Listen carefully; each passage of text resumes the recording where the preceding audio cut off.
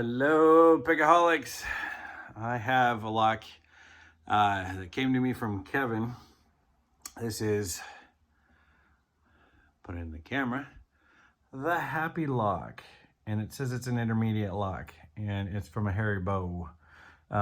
It's not an intermediate lock. I tried picking this on camera, and I finally picked it after about an hour-long session with it. I spent about 4 hours on this. This is in a UAP cylinder, and they make some evil challenge locks. This is the bitting. It's not pretty, and I don't consider this a happy lock in any way, shape, or form, but we are gonna gut it. This came to me with the key not working, so I pulled it apart, made it operational, let it sit for a week before I touched it again so I could try and forget everything.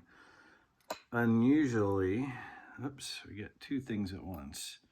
This is a grubbed cylinder from Harry. We normally don't see grubbed cylinders, so no shims required on this, but I want to see what's in this thing because I don't remember, and this thing was a bear to pick. Oh, jeez. Serrated like a T-pin. Oh, a ball bearing. And a serrated bottom pin to go on top of it. Oh, Harry, you make some evil locks. What do we have in the way of number 3? A serrated hourglass taper. And a serrated bottom pin, of course. Most likely we're gonna find some threaded cylinders since we're grubbed. Easiest way to do it. As opposed to threading and putting back in the plugs. A serrated driver. Beautiful overset trap on a couple of these.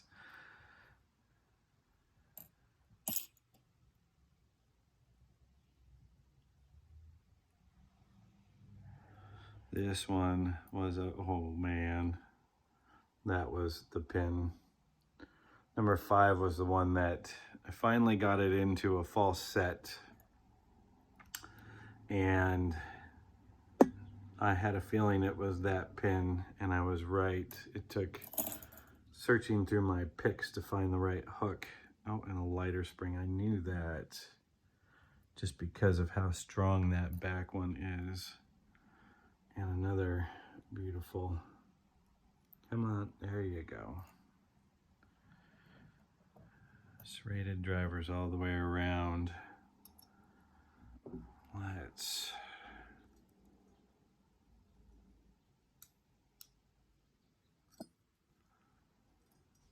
almost.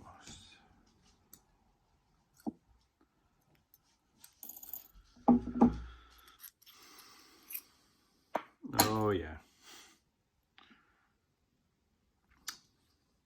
So 1 is clean, 2 is clean. We have counter milling in 3, threading in 4, and this lay down trap to add a little bit to it in number 5, and counter milling in 6. And the core clean on 1, 2, 3, 4 is threaded, 5 is clean, and 6 is clean, and 5 is clean. Happy lock. And look at some of these pins. I didn't grab my tweezers, and they are gone.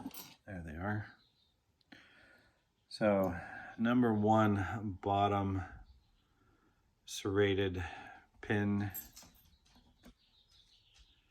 Number 2 is a serrated top pin with a lot of serrations in it. So there's a ball bearing in number 2. Okay, I remember this pin now.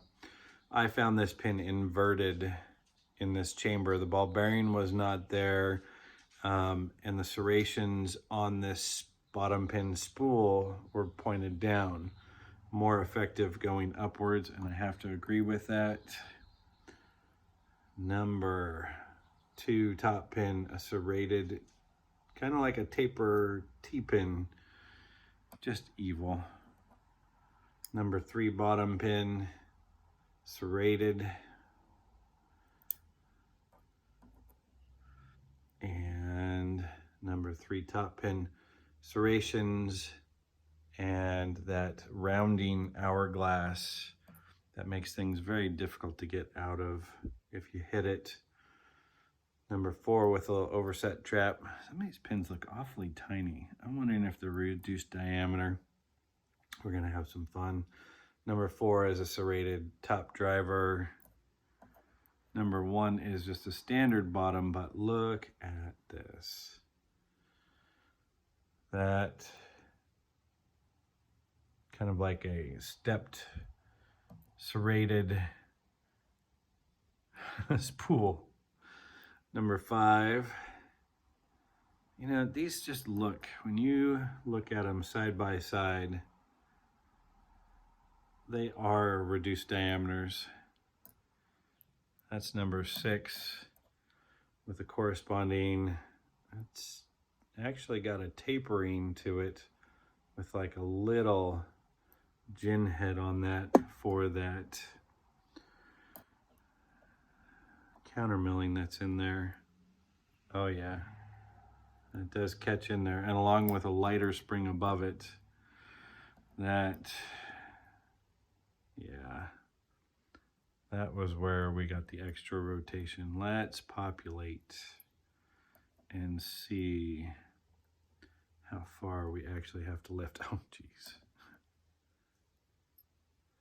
Yeah, and those are reduced diameter pins. Saved it from the floor. Ball bearing.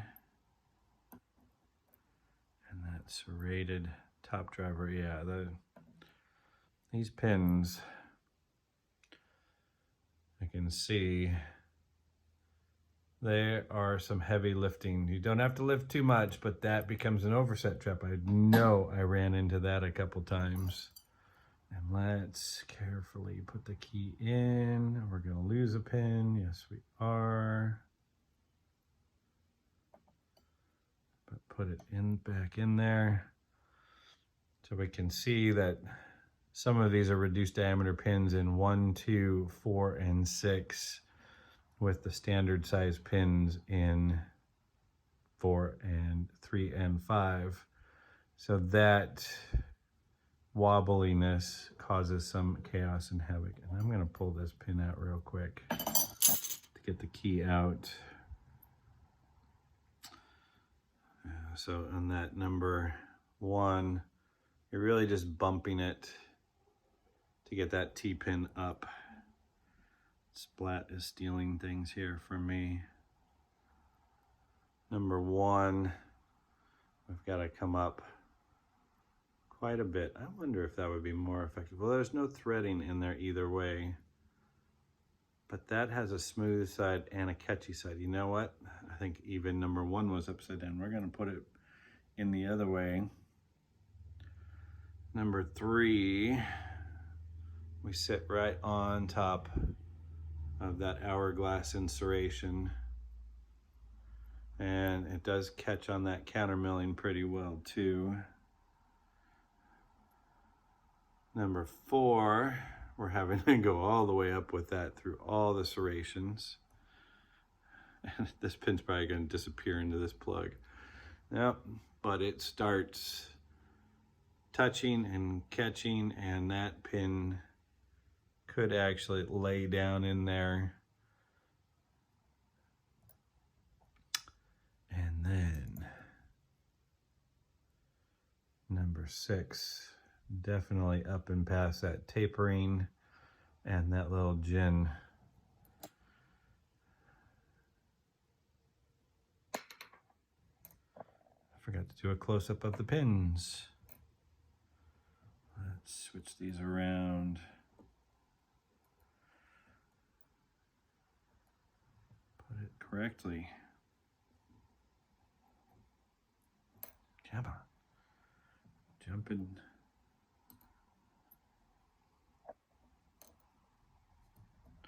Jumping ship on me. Going upside down. And this is Harry Bowes, the happy, not so happy lock. And these are the bottom pins and top pins. Just another masterpiece, even early, and this was number 32. He's an evil man. Have a great day, Pickaholics.